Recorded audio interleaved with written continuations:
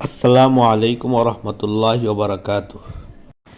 বিয়ে নিয়ে আমাদের কত জল্পনা কল্পনা, কত আয়োজন, কত চিন্তা ভাবনা, দেখতে দেখতে সেই সময় চলেই আসলাম।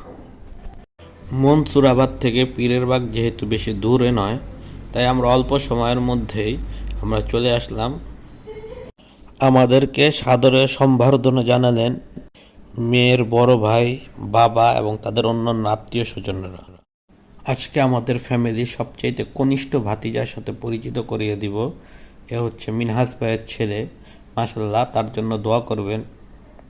আয়োজনটি ছিল যেহেতু 9 তলার উপরে, তাই আমরা লিফটের জন্য অপেক্ষা করছিলাম। আর এই সুবাদে একটু আমরা ছবি তুলে নিলাম।